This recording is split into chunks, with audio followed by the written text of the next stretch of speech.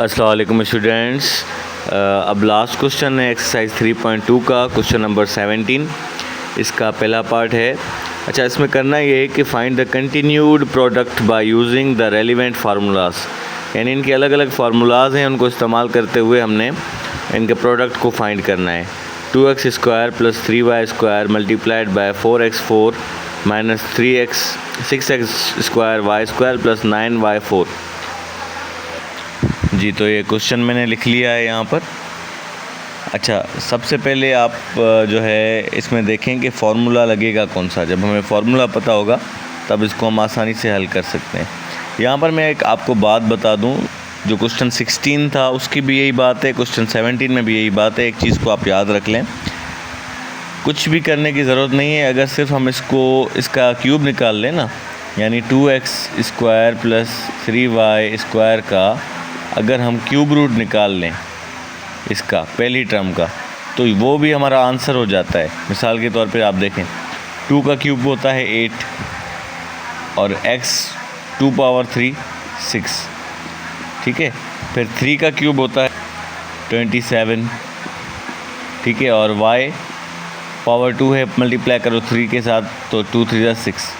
ये आपका आंसर है, ठीक है। क्वेश्चन 16 में भी सिर्फ इतना ही करना था, 17 में भी इतना ही करना था, लेकिन फार्मूलाज यूज़ करके हमने वैल्यूज़ को पुट करनी है, तब जाके हमें ये आंसर मिलेगा। आप सिंपली भी ये आंसर देख सकते हो, देख लें कि इस तरीके से होता है, लेकिन अब आपको प्रोसीजर को फॉलो करना है। तो अभी आप प्रोसीजर देखें, उसको फॉलो करें, आंसर आपका यही आएगा। जी, तो सबसे पहले आप देखेंगे फार्मूला हमारा यूज़ होगा, जो फार्मूला है वो यूज़ होगा a + b, ठीक है। a + b और a² - ab + b², ठीक है, = a³ + b³।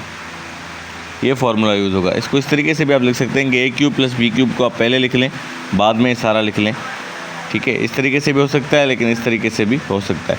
अब आप देखें, यहाँ लेट कर लें कि जो a है, a की वैल्यू है ये पहली टर्म, ठीक है, 2x² + 3y², और जो आपका b है, ठीक है, आपका b है, b की वैल्यू है दूसरी टर्म, यानी कि a की वैल्यू है 2x,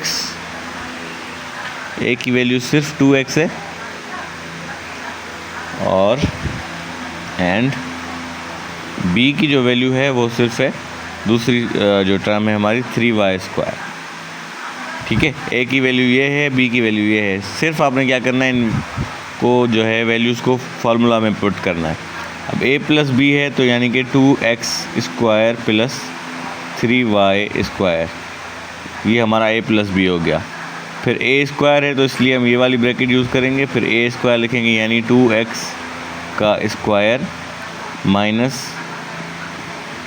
a यानी कि 2x² और मल्टीप्लाइड बाय b, ये दोनों आपस में मल्टीप्लाई में। b क्या है हमारा, b है हमारा 3y², ठीक है। तो ये हो गया हमारा, प्लस b² हमारा क्या है 3y²,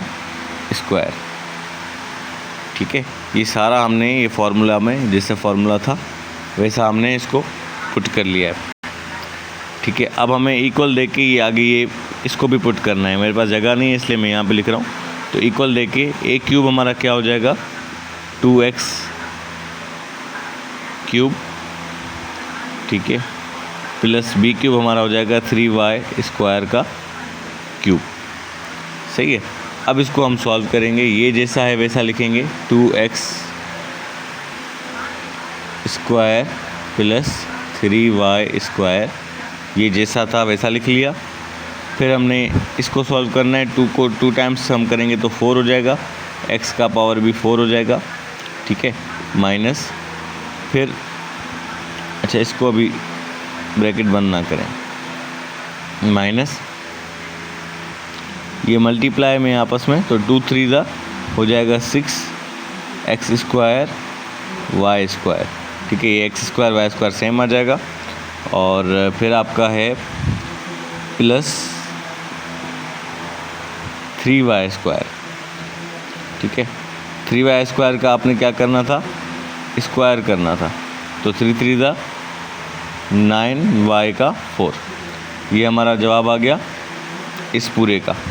अब हम जवाब निकालते हैं इसका, ये जो नीचे हमारा इक्वल वाला है।